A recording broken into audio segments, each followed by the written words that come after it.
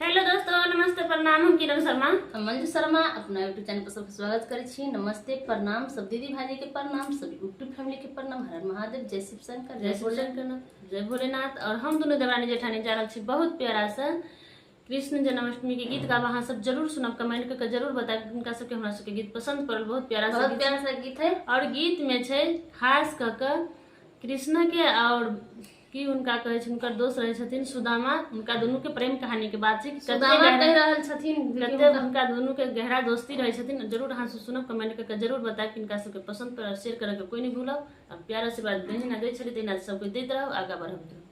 बहुत प्यारा सा गीत गावल जा रहल छी, अहाँ सब जरूर सुनब।